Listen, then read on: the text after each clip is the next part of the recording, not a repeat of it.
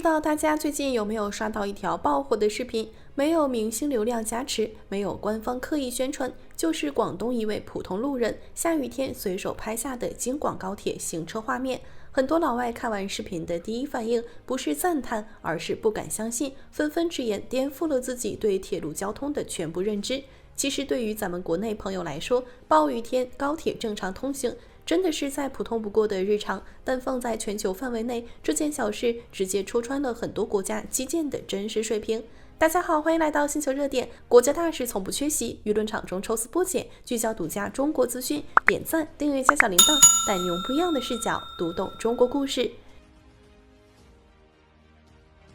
近期广州遭遇持续强降雨天气，雨势密集且持续时间长，密密麻麻的雨点疯狂砸落，户外能见度大幅下降，整座城市都被厚重的雨幕笼罩。这种天气下，城市地面交通已经出现明显缓行，不少路段积水拥挤，通行效率大打折扣。但画面中的京广高铁完全是另一番状态，列车全速穿梭在风雨之中，车身平稳端正，全程没有丝毫晃动，穿山越岭、跨江过桥，班次速度全部正常，丝毫没有因为暴雨天气减速停运。就是这样一段朴实的实拍画面，让外网评论区彻底炸开了锅。日本网友留言特别真实，坦言日本的轨道交通容错率极低，只要监测到中到大雨，全线就会启动预警机制，优先降速晚点，情况稍严重就直接停运，绝不冒险通行。每次暴雨天气，日本铁路基本全线停摆。对比中国高铁的通行状态，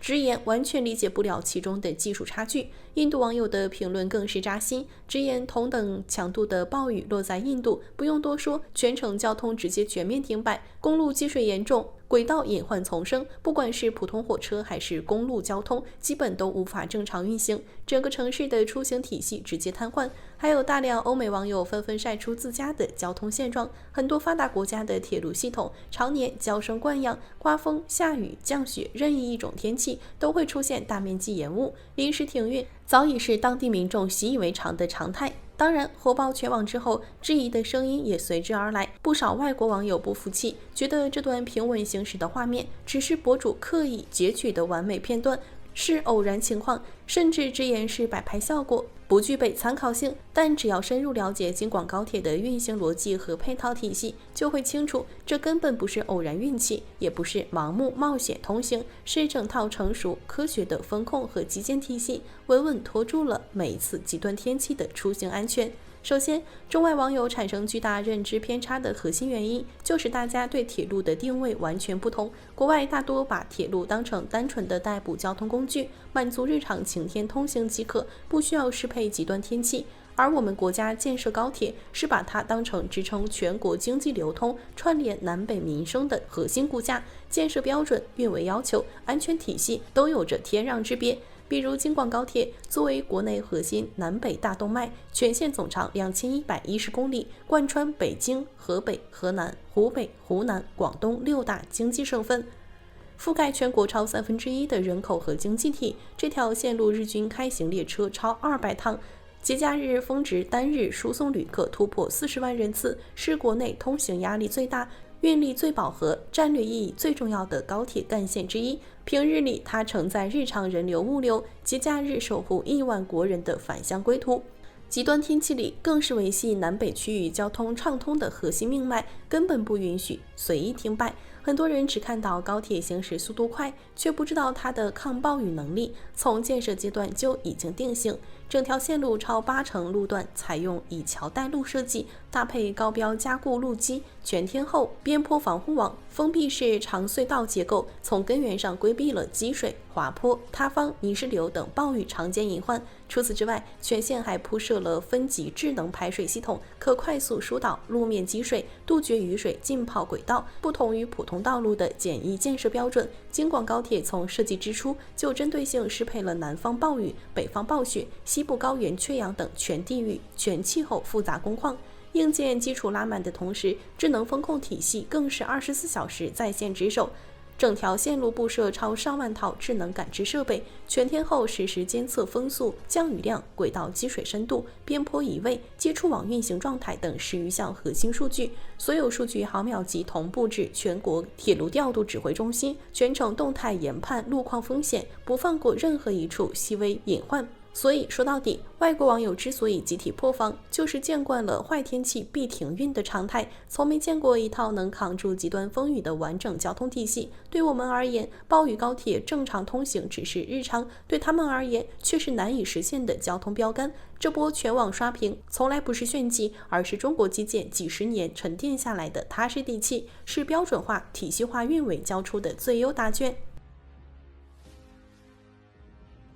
相信很多网友还刷到过另一段雨夜高铁视频，漆黑的深夜，暴雨倾盆而下，京广高铁列车带着2道明亮的车头灯光，稳稳冲破厚重雨雾，疾驰向前。与此同时，列车车顶时不时窜出细碎光亮的火花，偶尔还能和夜空划过的闪电相互呼应，画面极具视觉冲击力。你是不是好奇雨天高铁冒火花到底是什么情况？会不会存在安全隐患，威胁车上乘客的出行安全？其实想要弄懂火花原理，首先要认识高铁的2大核心供电部件。大家常年看到的高铁上空密密麻麻的高压电线，专业名称叫做接触网。它的标准运行电压高达27.5千伏，是我们家用220伏电压的100多倍，属于超高压供电线路。而高铁车顶可以自动升降的金属支架就是受电弓，大家可以简单理解为高铁的充电接头。和燃油汽车、普通火车不同，高铁没有自带动力燃料，全程依靠受电弓升起贴合接触网，获取高压电力，才能实现高速行驶。在天气干燥、气温适宜的环境下，受电弓的碳滑板和接触网可以紧密贴合，电流传输稳定顺畅，不会产生任何异样光亮。但遇到暴雨、冻雨的低温潮湿天气，工况就会发生明显变化。高空低温环境下，飘落的雨滴属于过冷水滴，落在温度偏低的接触网线路上，会快速凝结，形成一层肉眼很难察觉的薄冰层，均匀包裹在高压线表面。这层细微的冰层就是产生火花的关键原因。冰层属于绝缘介质，会阻隔电力传输，让受电弓和接触网无法紧密贴合，两者之间会产生极其细微的空气缝隙。27.5千伏的超高电压穿透力极强，为了维持列车正常供电，高压电流会直接击穿冰层和细微空气间隙，持续保障电力传输。而击穿瞬间产生的细碎电火花，在行业内有专属名称，叫做拉弧现象。大家可以放心，这只是常规物理反应，和电路短路、设备故障、车辆起火没有任何关联。很多网友都有一个共同疑问：受电弓和接触网长期高速摩擦，雨雪天气还会持续产生拉弧火花，为什么设备不会磨损报废，不会频繁出故障？这就要归功于工程师上百年的迭代优化。我们如今使用的 Z 字形单臂受电弓是经过多轮升级打磨出的最优版本。最早的初代电气列车受电弓是直上直下的弹簧铜导体结构，结构简单，稳定性差，列车高速行驶时极易晃动偏移，甚至直接折断，完全适配不了高速工况。第2代升级为后倾式结构，解决了折断问题，但长期拉扯接触网容易造成高压线路断裂，设备耗损率极高。第3代优化为人字形结构，加装辅助导线，稳定性有所提升，但铜制导槽磨损速度快，运维成本居高不下。后续迭代出菱形双臂受电弓，稳定性更强，但整体体积笨重，风速过大，严重影响列车行驶速度。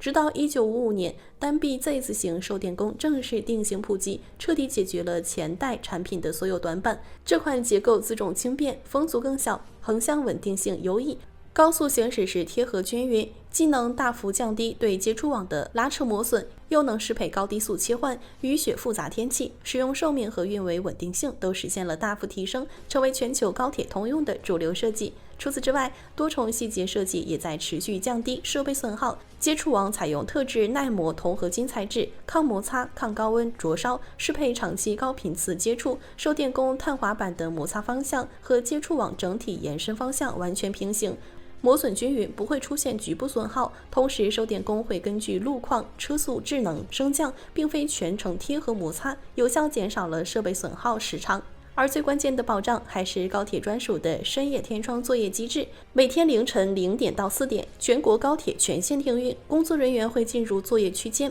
对售电工、接触网进行全方位精细化检修，及时更换磨损配件，清理线路积冰，排查拉弧灼伤隐患，确保每一趟列车发车前设备都处于最佳运行状态。正是这种日复一日的精细化运维，让高频次的拉弧现象始终处于安全可控范围。所以下次再看到高铁雨夜带火花飞驰的画面，不用慌张，不用惊奇，这不是故障隐患，是中国高铁成熟技术和精细化运维的直观体现。暴雨平稳通行是整套基建体系的实力，雨夜可控拉弧是工业技术的沉淀。这些看似特殊的画面，都是中国轨道交通常态化、标准化的稳定输出，也是我们每一次出行最踏实、最安心的底气。好了，今天的内容到这里就结束了。如果你喜欢小编的影片，还请大家多多点赞转发，让更多的人一起见证中国进步。关注我的频道，这样既能回顾往期视频，又不会错过之后的精彩内容。那我们下期节目不见不散。